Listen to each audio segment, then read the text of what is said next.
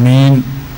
نحمده ونستعينه ونؤمن به ونتوكل عليه ونعوذ بالله من شرور أنفسنا ومن سيئات أعمالنا من يهد الله فلا مضل له ومن يضلل فلا هادي له وأشهد أن لا إله إلا الله وحده لا شريك له وأشهد أن محمدا عبده ورسوله اللهم صل على محمد وعلى آل محمد كما صليت على إبراهيم وعلى آل إبراهيم وبارك على محمد وعلى آل محمد كما باركت على إبراهيم وعلى آل إبراهيم إنك حميد مجيد.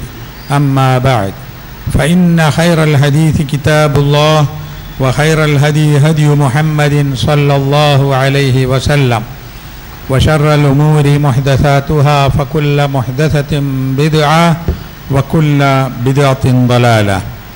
أعوذ بالله من الشيطان الرجيم. بسم الله الرحمن الرحيم.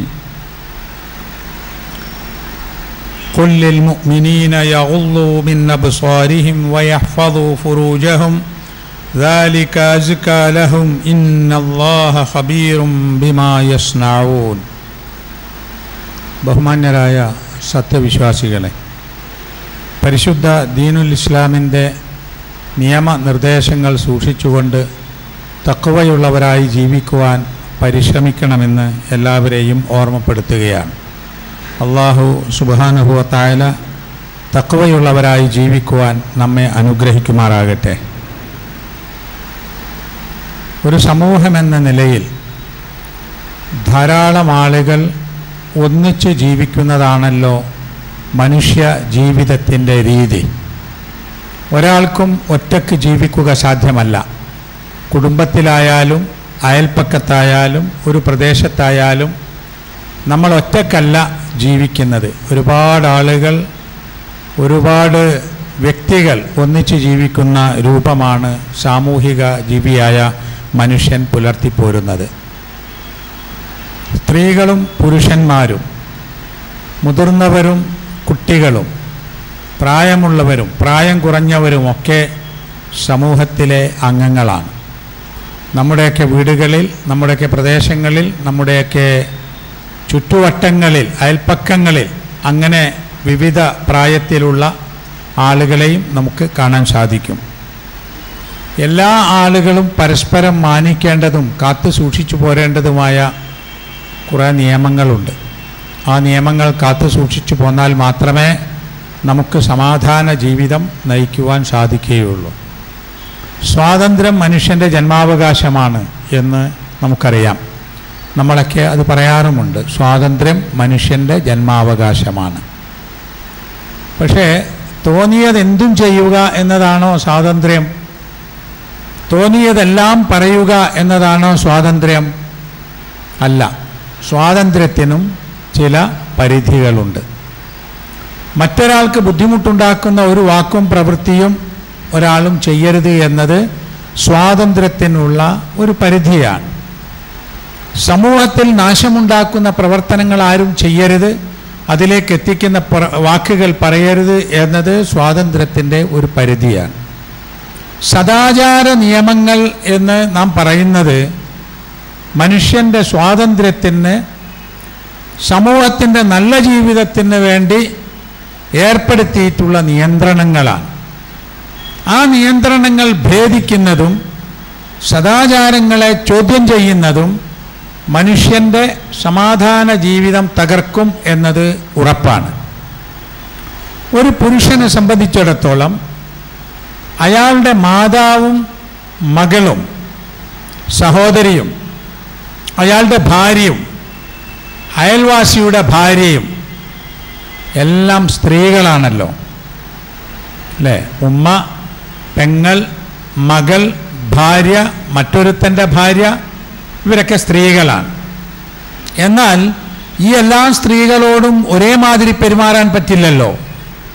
അമ്മയോടും പെങ്ങളോടും ഭാര്യയോടും മറ്റൊരുത്തൻ്റെ ഭാര്യയോടും ഒക്കെ എല്ലാവരും സ്ത്രീകളാണ് എന്ന് പറഞ്ഞ് ഒരുപോലെ പെരുമാറാൻ പറ്റുമോ? പറ്റില്ല. പറ്റില്ല എന്നത് എല്ലാവരും അംഗീകരിക്കുന്നു. അതിൽ നിയന്ത്രണങ്ങളുണ്ട്, നിയമങ്ങളുണ്ട്. അതുപോലെ തന്നെ ഒരു സ്ത്രീയെ സംബന്ധിച്ചിടത്തോളം അവളുടെ മകനും പിതാവും ഭർത്താവും അതുപോലെ മറ്റൊരുത്തിയുടെ ഭർത്താവും ഒക്കെ പുരുഷന്മാരാണ്. പക്ഷെ ആ എല്ലാ പുരുഷന്മാരോടും ഒരു സ്ത്രീ ഒരുപോലെ പെരുമാറുമോ? പെരുമാറാൻ പാടില്ല. അപ്പോൾ സ്വാതന്ത്ര്യമില്ലേ എന്ന് ചോദിച്ചാൽ സ്വാതന്ത്ര്യത്തിന് പെരുമാറ്റത്തിൽ നിയന്ത്രണങ്ങളുണ്ട് എന്നാണ് നമുക്ക് പറയാൻ സാധിക്കുന്ന ഒരു കാര്യം. നല്ലതും ചീത്തയുമായ കാര്യങ്ങളെ വേർതിരിച്ചിട്ടുള്ളതും ഇങ്ങനെയാണ്. ഒരാൾ എൻ്റെ സ്വാതന്ത്ര്യമാണ് എന്ന് പറഞ്ഞുകൊണ്ട് വിഷം കഴിച്ചാൽ അവനോടുള്ള സ്നേഹമുള്ളവർ അത് തടയും. അയാളുടെ സ്വാതന്ത്ര്യമാണ്. പക്ഷേ അയാൾ അങ്ങനെ ചെയ്യുന്നത് ആ സ്വാതന്ത്ര്യത്തിൽ പെട്ടതല്ല എന്ന് മറ്റുള്ളവർ അംഗീകരിക്കുന്നു.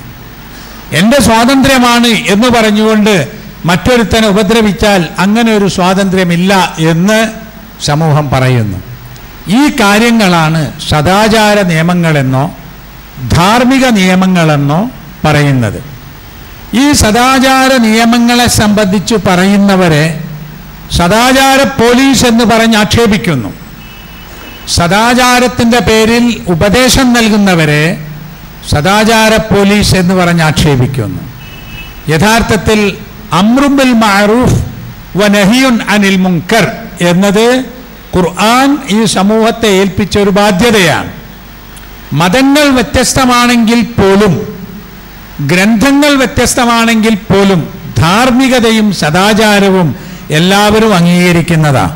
ഇപ്പോൾ സത്യം പറയണം, നീതി പ്രവർത്തിക്കണം, അന്യരെ ഉപദ്രവിക്കാതിരിക്കണം, പിടിച്ചുപറിക്കാതിരിക്കണം, അഴിമതി നടത്താതിരിക്കണം, കൊലപാതകങ്ങൾ പാടില്ല. ഇതൊക്കെ സദാചാര നിയമങ്ങളും ധാർമ്മിക നിയമങ്ങളുമാണ്. ഇത് കാത്തു സൂക്ഷിക്കേണ്ടതുണ്ട്. അത് കാത്തു സൂക്ഷിക്കുക എന്നത് മറ്റൊരാളുടെ സ്വാതന്ത്ര്യത്തിനെതിരാവുന്നു എന്ന വാദം ശരിയല്ല.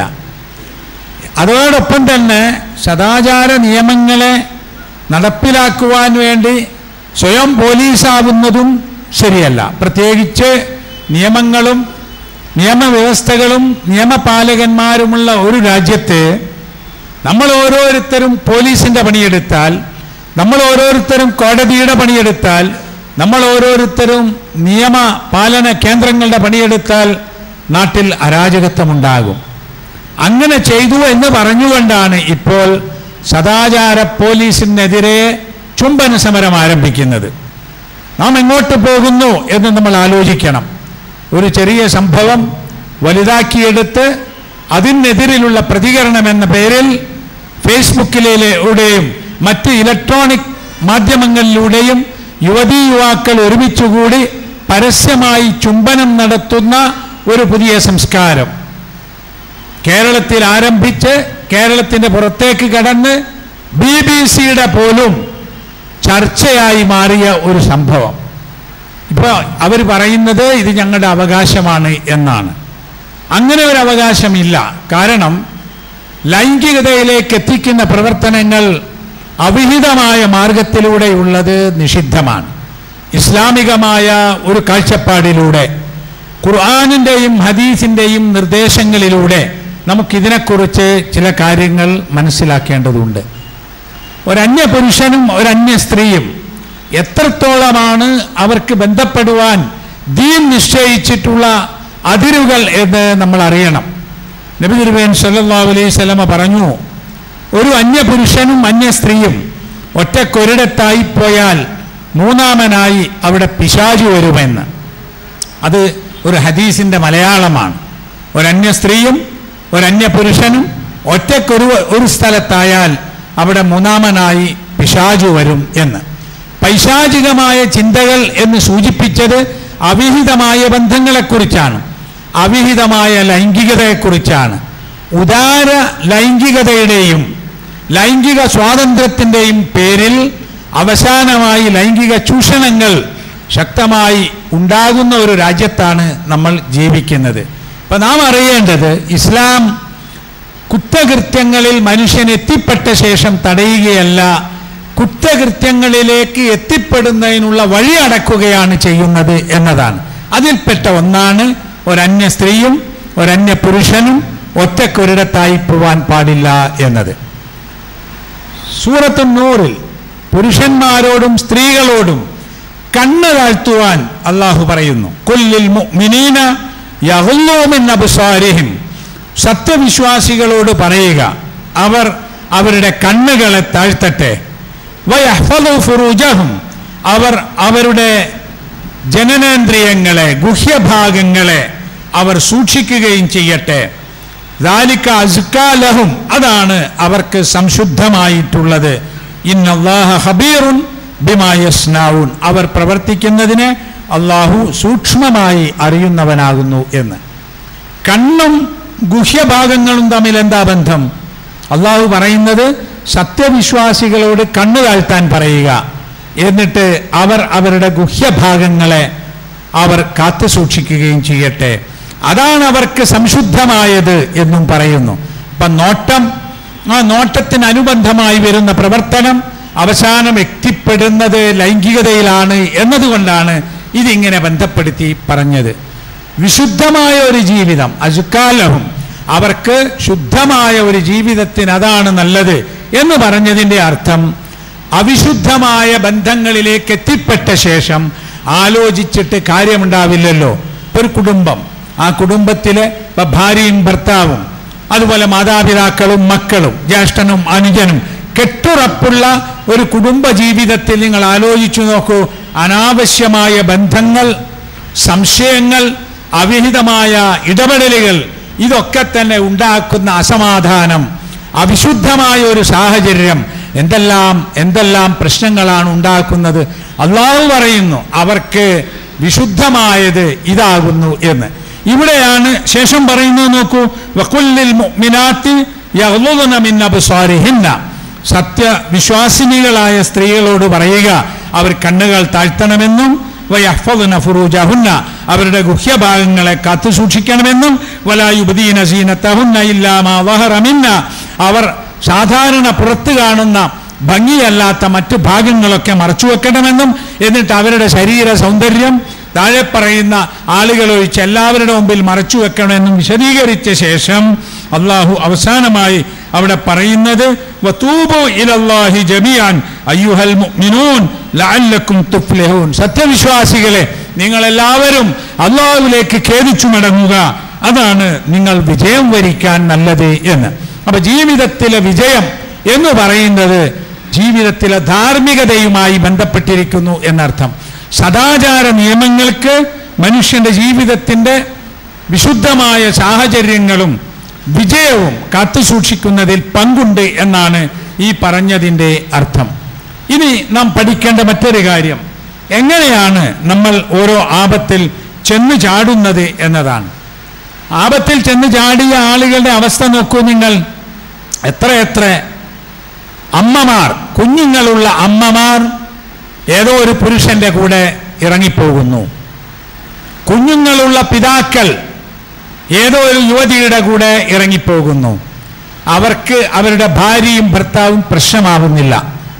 അവരിൽ നിന്ന് ജന്മം കൊണ്ട അവരുടെ കരളിൻ്റെ കഷ്ണമായി കരുതിപ്പോന്ന കുഞ്ഞുങ്ങൾ അവർക്കൊരു പ്രശ്നമാകുന്നില്ല. എന്താ വിഷയം?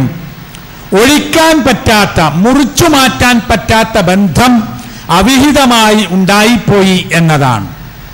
എനിക്ക് ഇവളുടെ കൂടെയല്ലാതെ ജീവിക്കാൻ കഴിയില്ല എന്ന ഒരു തോന്നൽ ഒരു പുരുഷന് വരുന്നു. എനിക്ക് ഇയാളുടെ കൂടെയല്ലാതെ ജീവിക്കാൻ കഴിയില്ല എന്ന ഒരവസ്ഥ ഒരു സ്ത്രീക്കുണ്ടാകുന്നു. അവർ അന്യരായിരിക്കെ. അതൊരു പക്ഷേ കണ്ട് സംസാരിച്ചതിൽ നിന്ന് ആരംഭിച്ചതാവാം, ഫോണിലൂടെ ബന്ധപ്പെട്ടുണ്ടായതാവാം, വേറെ ഏതെങ്കിലും ഒരു ബന്ധം ഉണ്ടായിപ്പോയതാവാം, എങ്ങനെയുമാവാം. പക്ഷേ അവസാനം ചെന്നെത്തുന്നത് എല്ലാം നശിച്ച അവസ്ഥയിലാണ്. കേന്ദ്രമന്ത്രിമാർ പോലും അവരുടെ ഭരണാധികാരം നഷ്ടപ്പെട്ടു പോയതിൽ ഇത്തരം ബന്ധങ്ങൾ കാരണമായിട്ടുണ്ട്.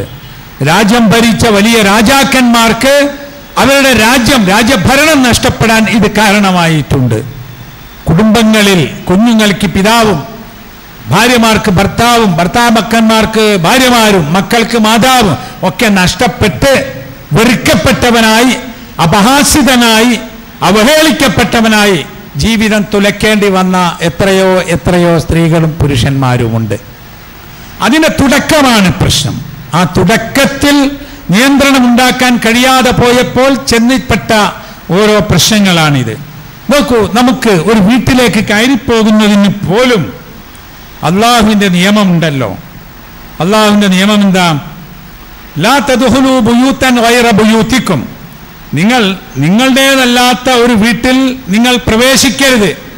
ഹത്താ തസ്തഅനിസു വതുസല്ലിമു അലാ അഹ്ലിഹാ. നിങ്ങൾ അനുവാദം ചോദിക്കുകയും അവരോട് സലാം പറയുകയും ചെയ്യാതെ നിങ്ങൾ മറ്റൊരാളുടെ വീട്ടിൽ ചെന്ന് പ്രവേശിക്കരുത് എന്ന് ഖുർആൻ പറഞ്ഞു. ഒരു മര്യാദയാണ്. നമ്മുടെ സുഹൃത്താണ്, സ്നേഹിതനാണ്, കുടുംബക്കാരനാണ് എന്ന് പറഞ്ഞുകൊണ്ട് തുറന്നൊറ്റ വാതിലിലൂടെ അകത്തേക്ക് പ്രവേശിക്കാൻ പാടില്ല. നമ്മൾ തമ്മിൽ സ്നേഹം കൂടുതലുണ്ട് എന്ന് പലരും കാണിക്കുക. ബെഡ്റൂമിലും അടുക്കളയും ചെന്ന് സംസാരിച്ചു വേണ്ട. നമ്മളാരും അന്യരല്ലല്ലോ, നമ്മളൊക്കെ ഒന്നല്ലേ. ചില ആളുകൾ വീട്ടിലേക്ക് കടന്നു വരിക അടുക്കളയിലേക്ക് കൂടെ ആയിരിക്കും. എന്നിട്ട് അവിടുന്ന് സാധനങ്ങളൊക്കെ എടുത്ത് രുചിച്ചു തിന്ന് ഇങ്ങനെ. ആരാണിവർ? എന്തിനാണ് ഇങ്ങനെ വന്നത്? എന്താണ് അതിൻ്റെ ദൂഷ്യം? അള്ളാഹു പറഞ്ഞത്, ഒരു വീട്ടിലേക്ക്, നിങ്ങളുടേതല്ലാത്ത ഒരു വീട്ടിലേക്ക്, യാ അയ്യുഹല്ലദീന ആമനു ലാ തദ്ഖുലൂ ബുയൂതൻ ഗൈറ ബുയൂതിക്കും, നിങ്ങളുടേതല്ലാത്ത ഒരു വീട്ടിലേക്ക് നിങ്ങൾ പ്രവേശിക്കരുത്. ഹത്താ തസ്തഅനിസു വതുസല്ലിമു അലാ അഹ്ലിഹാ. നിങ്ങൾ അനുവാദം ചോദിക്കുകയും ആ വീട്ടിലുള്ളവർക്ക് സലാം പറയുകയും ചെയ്യാതെ. ആ തസ്തഅനിസു എന്ന് വേറെയും അർത്ഥം പറഞ്ഞിട്ടുണ്ട്. നിങ്ങൾ അവിടെയുണ്ട് അറിയിച്ച ശേഷമല്ലാതെ, നിങ്ങളുടെ സാന്നിധ്യം അവരെ വെളിപ്പെടുത്തിയ ശേഷമല്ലാതെ എന്നും അതിന് അർത്ഥം പറഞ്ഞിട്ടുണ്ട്. ഏതായാലും ഒരാൾ മുറ്റത്ത് വന്നു നിൽക്കുന്നു എന്നത്, ഇപ്പൊ കോളിംഗ് ബെല്ലൊക്കെ അതിനുള്ളതല്ലേ, എന്നിട്ട് വിവരമറിയിച്ച് അങ്ങനെ നിങ്ങൾ ചെയ്യുന്നതാണ് ദാലിക്കും ഖൈറുൽ ലക്കും, നിങ്ങൾക്ക് നല്ലത്. അതാണ് നിങ്ങൾക്ക് നല്ലത്. നേരത്തെ പറഞ്ഞല്ലോ, അതാണ് നിങ്ങൾക്ക് സംശുദ്ധമായത്. അസ്കാലഹും, അവർക്ക് സംശുദ്ധമായത് അതാണ്. ഇവിടെ പറഞ്ഞു നിങ്ങൾക്ക് നല്ലതാണ്. ലഅല്ലക്കും തദക്കറൂ, നിങ്ങൾ കാര്യങ്ങൾ മനസ്സിലാക്കുന്നുണ്ടെങ്കിൽ അതാണ് നല്ലത് എന്ന്. അപ്പോൾ പിന്നെ നിങ്ങൾ ചെന്നു, നമ്മുടെ സുഹൃത്താണ്, സ്നേഹിതനാണ്, വീട്ടിൽ ചെന്നു, ബെല്ലടിച്ചു, നിങ്ങളുടെ സാന്നിധ്യം ഉറപ്പുവരുത്തി, ആരും വരുന്നില്ല, ആരും ചോദിക്കുന്നില്ല, എന്ത് ചെയ്യണം? പിന്നെ പലരും എത്തിയൊക്കെ വീട്ടിൻ്റെ ഉള്ളിലേക്ക്, വാതിലിനുള്ളിൽ കൂടെ, ജനലിനുള്ളിൽ കൂടെ. അള്ളാഹു പറഞ്ഞത് ഫൈലം തജിദൂ ഫീഹാ അഹദൻ, നിങ്ങൾ അവിടെ ആരെയും കാണുന്നില്ലെങ്കിൽ ഫലാ തദ്ഖുലൂഹ, നിങ്ങൾ ആ വീട്ടിൽ പ്രവേശിക്കാൻ പാടില്ല എന്നാണ്. ഹത്താ യൂദന ലക്കും, നിങ്ങൾക്ക് അനുവാദം കിട്ടുന്നത് വരെ. വൈൻ ഖീല ലക്കും ഇർജിഉ, ഇനി നിങ്ങളോട് പറയാ നിങ്ങൾ പൊയ്ക്കോളൂ. ഫർജിഉ, നിങ്ങൾ പൊയ്ക്കൊള്ളണം, മടങ്ങിപ്പോണം. ഹുവ അസ്കാലക്കും, അതാ നിങ്ങൾക്ക് ശുദ്ധമായത്. വല്ലാഹു ബിമാ തഅമലൂന അലീം, നിങ്ങൾ ചെയ്യുന്നത് അല്ലാഹ്ക്കറിയാം എന്ന്. അപ്പോൾ നിങ്ങൾ പൊയ്ക്കൊള്ളൂ എന്ന് പറഞ്ഞാൽ എന്താ? ഇപ്പൊ നമ്മൾ പറയാ ഇവിടെ ഇന്ന ആള് വീട്ടിലുണ്ടോ? അപ്പോൾ ഒരു സ്ത്രീ വന്ന് പറയാണ് ഇവിടെ സ്ഥലത്തില്ല എന്ന് പറഞ്ഞാൽ അതിൻ്റെ അർത്ഥം ഇവിടെ സ്ഥലത്തില്ല, ഞങ്ങൾ പൊയ്ക്കൊള്ളീന്നാ, എന്നല്ലാതെ ഇവിടെ സ്ഥലത്തില്ല ഞങ്ങൾ കയറിയിരുന്നോളി എന്നല്ല അതിൻ്റെ അർത്ഥം. അതാണ് വേറെ പറയും അല്ലേ. ഞാൻ എന്തെങ്കിലും പറയണമെന്ന് ചോദിക്കും, അല്ലെ ഇന്നത് പറഞ്ഞു എന്ന് പറയാൻ പറയും, അല്ലെ എന്നെ വിളിക്കണം എന്ന് പറഞ്ഞു. ഇതല്ലാതെ നിങ്ങളൊരു വീട്ടിൽ അനുവാദമില്ലാതെ കയറിപ്പോകരുത് എന്നും അവിടെ നിങ്ങളോട് തിരിച്ചു പോകാൻ പറഞ്ഞാൽ നിങ്ങൾ തിരിച്ചു പോയിക്കൊള്ളണമെന്നും അതാണ് നിങ്ങൾക്ക് ഏറ്റവും ശുദ്ധമായത് എന്നും അള്ളാഹുവാണ് നമ്മളോട് പറയുന്നത്. എന്നിട്ട് നോക്കൂ, ഇസ്ലാമികമായ നിയമങ്ങൾ കുടുംബത്തിലും ജീവിതത്തിലും സമൂഹത്തിലും എത്ര എത്ര എത്ര പരിശുദ്ധവും എത്ര പ്രായോഗികവുമാ. ലൈസ അലൈക്കും ജുനാഹൻ അൻ തദ്ഖുലൂ ബുയൂതൻ ഗൈറ മസ്കൂനത്തിൻ ഫീഹാ മതാഉൻ ലക്കും. ഇനി ഒരു വീട് ആൾപ്പാർപ്പില്ലാത്തൊരു വീടാണ്, ആ വീട്ടിൽ ആരുമില്ല, ആണുങ്ങളുമില്ല പെണ്ണുങ്ങളുമില്ല, ആരുമില്ല. പക്ഷെ നിങ്ങളെ ചില സാധനങ്ങളുണ്ട് അവിടെ, അത് നിങ്ങൾക്ക് പോയി എടുത്തു കൊണ്ടുവരാം. വല്ലാഹു യഅലമു മാ തുബ്ദൂന വമാ തക്തുമൂൻ, അല്ലാഹു തആല നിങ്ങൾ വെളിപ്പെടുത്തുന്നതും നിങ്ങൾ മറച്ചു വെക്കുന്നതും അറിയും എന്ന്. ഇപ്പൊ വെറുതെ അല്ലേ, ഞാൻ വെള്ളം ചോദിച്ചു പോയതാണ്, അല്ല അങ്ങനെയാണ് ഇങ്ങനെയാന്നൊക്കെ പറഞ്ഞ് വീട്ടിലൂടെ ചുറ്റി നടക്കുന്ന ആളുകൾ മനസ്സിലാക്കേണ്ട കാര്യം, നിങ്ങൾ മറച്ചു വെക്കുന്നതും അല്ലാഹ്ക്കറിയാം, നിങ്ങൾ വെളിപ്പെടുത്തുന്നതും അല്ലാഹ്ക്കറിയാം. അപ്പം മനുഷ്യന്റെ പ്രായോഗിക ജീവിതത്തിൽ എന്തെല്ലാം കാര്യങ്ങളാണ് സൂക്ഷിക്കേണ്ടത് എന്നതിന് കൃത്യമായൊരു നിയമമുണ്ട് ഇസ്ലാമിൽ. നബി സല്ലല്ലാഹു അലൈഹി വസല്ലമ ബൈഅത്ത് നടത്തുന്ന സമയത്ത് സഹാബിമാരുടെ കൈപിടിച്ചുകൊണ്ട് ബൈഅത്ത് ചെയ്യുമ്പോൾ സ്ത്രീകളും വന്നു ബൈഅത്തിന് വേണ്ടി. അപ്പോൾ നബി സല്ലല്ലാഹു അലൈഹി വസല്ലമ അവരോട് പറഞ്ഞു, ഞാൻ സ്ത്രീകളുടെ കൈപിടിക്കാറില്ല എന്ന്. എന്നിട്ട് നബി സല്ലല്ലാഹു അലൈഹി വസല്ലമ അവർക്ക് വേണ്ടി സ്വന്തം കൈപിടിച്ചുകൊണ്ട് ആ സ്ത്രീകൾക്ക് ബൈഅത്ത് ചെയ്തു കൊടുത്തു. അള്ളാഹുവിന്റെ നിയമവും വിശുദ്ധ ഖുർആനും നബി സല്ലല്ലാഹു അലൈഹി വസല്ലമയുടെ ചര്യയും പാലിച്ചുകൊണ്ട് ഞാൻ ജീവിച്ചു കൊള്ളാമെന്ന ബൈഅത്ത്, ആ ബൈഅത്ത് സ്ത്രീകൾക്ക് നടത്തിയപ്പോൾ നബി സല്ലല്ലാഹു അലൈഹി വസല്ലമ അവരുടെ കൈ പിടിച്ചുകൊണ്ടല്ല ബൈഅത്ത് നടത്തിയത്. അത്രയും കൃത്യവും വ്യക്തവുമായ നിലക്കാണ് ഇസ്ലാം ഈ ധാർമ്മികതയുടെയും സദാചാരത്തിൻ്റെയും കാര്യങ്ങൾ സൂക്ഷിച്ചു പോന്നത് എന്ന് നാം അറിയണം. അപ്പോൾ സദാചാരം എന്ന് പറയുന്നത്, ധാർമ്മികത എന്ന് പറയുന്നത് എല്ലാവർക്കും പൊതുവായൊരു സ്വത്താണ്. മനുഷ്യൻ്റെ എല്ലാ വിഭാഗം ആളുകളുടെയും ഒരു അവകാശമാണ്. അത് നിഷേധിക്കുകയും അത് തകർക്കുകയും ചെയ്താൽ ഉണ്ടാവുന്നത് മനുഷ്യർക്കിടയിൽ അരാജകത്വമായിരിക്കും. ഹലാലായ കാര്യങ്ങളിൽ പോലും കുടുംബജീവിതത്തിലെ ലൈംഗികമായ കാര്യങ്ങളെ രഹസ്യമായി പ്രവർത്തിക്കാവൂ എന്നും ആ രഹസ്യങ്ങൾ പരസ്യപ്പെടുത്തരുത് എന്നും ഇസ്ലാമിൽ നിയമമുണ്ട്. കിടപ്പറ രഹസ്യങ്ങൾ മൂന്നാമതൊരാൾ പറയാൻ പാടില്ല എന്നാണ്. എന്താ അതിൻ്റെ കാര്യം? അപ്പോൾ ചികിത്സാ കാര്യങ്ങളെക്കുറിച്ചല്ല പറയുന്നത്. അത് പറഞ്ഞ് ആസ്വദിക്കാൻ പാടില്ല, എൻ്റെ ഭാര്യ അങ്ങനെ, എൻ്റെ ഭർത്താവ് പറയാൻ പാടില്ല എന്നാണ്. അതുപോലെ തന്നെ ആ കാര്യങ്ങളൊക്കെ എനിക്ക് എൻ്റെ ഭാര്യയാണ്, ഇസ്ലാമിൽ ഹലാലാണെന്ന് പറഞ്ഞ് പരസ്യമായി ചെയ്യാൻ പാടുണ്ടോ? ഇല്ലല്ലോ. ഇതൊന്നും മനസ്സിലാക്കാതെ ആധുനികതയുടെയും പുരോഗമനത്തിൻ്റെയും സ്വാതന്ത്ര്യത്തിൻ്റെയും ഒക്കെ പേര് പറഞ്ഞുകൊണ്ട് ഇപ്പോൾ ഉയർന്നു വരുന്ന ആഭാസങ്ങൾ, അത് ആഭാസങ്ങളാണ് എന്ന് നമ്മൾ അറിയണം. അതിൻ്റെ ദുരന്തം വളരെ പെട്ടെന്ന് സമൂഹം അനുഭവിക്കേണ്ടി വരും. 20-ാം നൂറ്റാണ്ടിൻ്റെ മധ്യത്തിൽ യൂറോപ്യൻ രാജ്യങ്ങളിൽ ഫ്രീ സെക്സ് എന്ന പേരിൽ ഉദാര ലൈംഗികത അല്ലെങ്കിൽ സ്വതന്ത്ര ലൈംഗികത വരികയും അതിൻ്റെ പേരിൽ പ്രചാരണം നടത്തുകയും ചെയ്ത ആളുകൾ 20-ാം നൂറ്റാണ്ടിൻ്റെ അവസാനമായപ്പോഴേക്കും അത് നിർത്തുവാനുള്ള ഒരു മൂവ്മെന്റ്, ബാക്ക് ടു ഫാമിലി എന്ന് പറഞ്ഞ്, ബാക്ക് ടു ഹോം എന്നൊക്കെ പറഞ്ഞുകൊണ്ട് ചില പ്രസ്ഥാനങ്ങൾ ഉണ്ടായി. കുടുംബജീവിതത്തിലേക്ക് മടങ്ങുക. എന്തിനാ കുടുംബം? പക്ഷികളും മൃഗങ്ങളും കുടുംബജീവിതമാണോ? പക്ഷികളും മൃഗങ്ങളും അതുപോലെ വിവാഹം ചെയ്യുന്നുണ്ടോ? പക്ഷികളും മൃഗങ്ങളും വസ്ത്രം ധരിക്കുന്നുണ്ടോ എന്നൊക്കെ ചോദിച്ചു വന്ന ആളുകൾക്ക് മനസ്സിലായി കുറഞ്ഞ കാലം കൊണ്ട് അത് പ്രായോഗികമല്ല എന്നും മനുഷ്യനെ സമാധാനം തകർക്കുമെന്നും അതുകൊണ്ട് കുടുംബത്തിലേക്ക് മടങ്ങുക, വീടുകളിലേക്ക് മടങ്ങുക, കുടുംബജീവിതം നയിക്കുക എന്നതാണ് കരണീയമെന്നും ബോധ്യമായി. അപ്പം പ്രായോഗികമായ ശുദ്ധമായ വൃത്തിയുള്ള സമാധാനമുണ്ടാകുന്ന പരസ്പര സ്നേഹവും വിശ്വാസവും ബഹുമാനവും നിലനിൽക്കുന്ന ജീവിതമാണ് നമ്മൾ തിരഞ്ഞെടുക്കേണ്ടത്. ആ കാര്യങ്ങൾ മഅറൂഫാണ്, അതല്ലാത്ത കാര്യങ്ങൾ മുൻകറാണ്. അതല്ലാ കാര്യങ്ങൾ, നല്ല കാര്യങ്ങൾ പ്രചരിപ്പിക്കുകയും മോശമായ കാര്യങ്ങളെ നിരുത്സാഹപ്പെടുത്തുകയും ചെയ്യാൻ നമുക്കൊക്കെ സാധിക്കുന്ന അവസരങ്ങൾ നമ്മൾ ഉപയോഗപ്പെടുത്തുകയും ചെയ്യണം. അല്ലാഹു സുബ്ഹാനഹു വ തആല നമ്മെ എല്ലാവരെയും അനുഗ്രഹിക്കുമാറാകട്ടെ.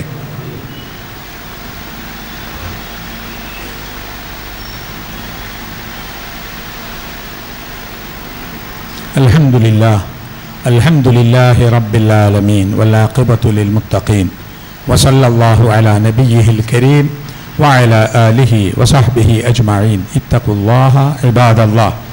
അള്ളാഹുവിൻ്റെ വിധിവിലക്കുകൾ സൂക്ഷിക്കണമെന്ന് വീണ്ടും ഉണർത്തുകയാണ്. മനുഷ്യൻ മാംസവും മജ്ജയുമുള്ള ഒരു ജീവിയാണ്. അതുകൊണ്ട് തന്നെ മനുഷ്യന് വികാരങ്ങളും വിചാരങ്ങളുമുണ്ട്. അല്ലാഹു സുബ്ഹാനഹു വ തആല മനുഷ്യൻ്റെ വികാരങ്ങളെ നിഷേധിക്കുകയല്ല, മനുഷ്യൻ്റെ വികാരങ്ങളെ നിയന്ത്രിക്കുകയാണ് ചെയ്തിട്ടുള്ളത്. വിവാഹം നടത്താതെ ജീവിക്കുന്നത് അത് പ്രായോഗികമല്ല. വിവാഹം നടത്താൻ പ്രേരിപ്പിക്കുകയും അവിഹിത ബന്ധങ്ങൾ നിരോധിക്കുകയുമാണ് ഇസ്ലാം ചെയ്തിട്ടുള്ളത്. അതുകൊണ്ട് തന്നെ മനുഷ്യൻ്റെ വിചാരങ്ങളെയും വികാരങ്ങളെയും അംഗീകരിക്കുന്ന ഒരു രീതിയാണ് പ്രായോഗിക മതമായ ഇസ്ലാം പഠിപ്പിക്കുന്നത്. അനാവശ്യമായി ബന്ധങ്ങൾ സ്ഥാപിച്ചു കൊണ്ടുവരുവാൻ കാരണമായി തീരുന്ന വഴിയടക്കുന്നതിനെക്കുറിച്ച് ഞാൻ പറഞ്ഞല്ലോ. ഖുർആനിൽ യാ നിസാ അൻ നബിയ്യ് ലസ്തുന്ന കഅഹദിൻ മിനൻ നിസാ, അല്ലയോ പ്രവാചകന്റെ പത്നിമാരെ, നിങ്ങൾ വേറെ സ്ത്രീകളെപ്പോലെയല്ല കേട്ടോ എന്ന് പറഞ്ഞുകൊണ്ട് പ്രവാചകന്റെ പത്നിമാരെ, ഭാര്യമാരെ അല്ലാഹു തആല പ്രത്യേകം ഉപദേശിക്കുന്ന ചില വചനങ്ങളുണ്ട് ഖുർആനിൽ, സൂറത്തുൽ അഹ്സാബിൽ.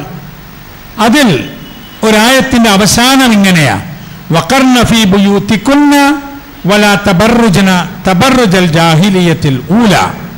നിങ്ങൾ വീടുകളിൽ അടങ്ങിക്കഴിയുക, നിങ്ങൾ ജാഹിലിയ്യ കാലഘട്ടം, ആദ്യത്തെ ജാഹിലിയ്യ കാലത്തെ സ്ത്രീകൾ അണിഞ്ഞൊരുങ്ങി സൗന്ദര്യപ്രകടനം നടത്തും പോലെ നിങ്ങൾ സൗന്ദര്യപ്രകടനം നടത്തരുത് എന്ന് പറഞ്ഞാൽ നിങ്ങൾക്കൊരച്ചടക്കവും ഒരു ഒതുക്കവും ശരീര സൗന്ദര്യം പ്രകടിപ്പിക്കാതിരിക്കുന്ന ജീവിത ശൈലിയും ഉണ്ടാകണം. അങ്ങനെ ഇല്ലെങ്കിൽ എന്ത് വരുമെന്നറിയോ?